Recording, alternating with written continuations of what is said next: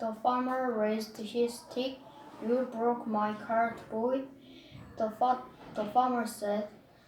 The slave boy felt scared, but he said nothing. The slave boy could not say anything. It was 1831 in Maryland. This was Southern state in America.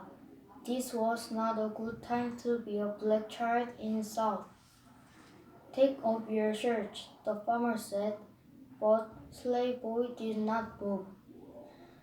The farmer hit the boy with a stick. The boy cried because it hurt. He also cried because he did not do anything wrong.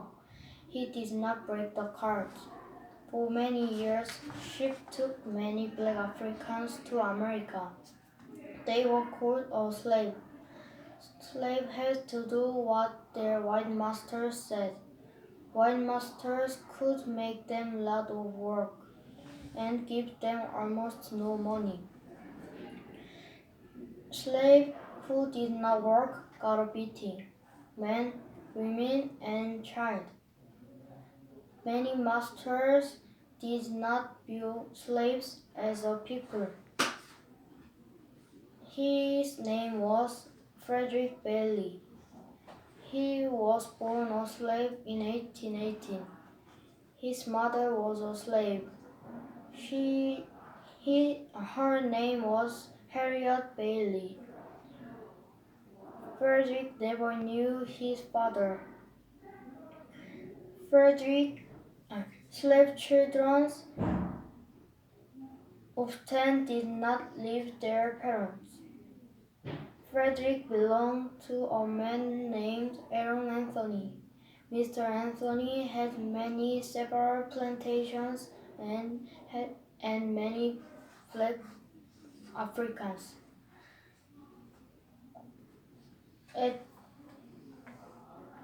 There was no difference between owning land and owning slaves.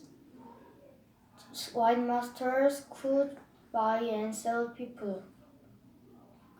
Slave children could be sold away from their parents. That happened to Frederick. When he was 6, his mother was died.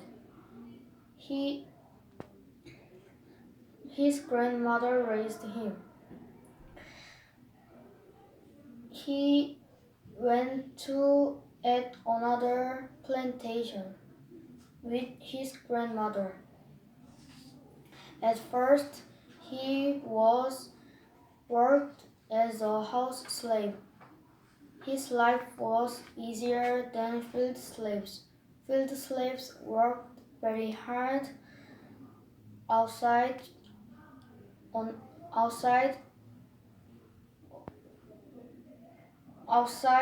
long hours.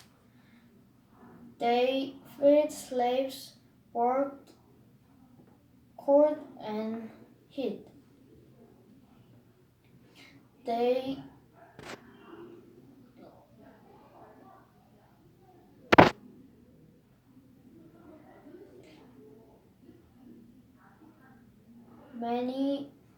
Many plantations in the South grew cottons.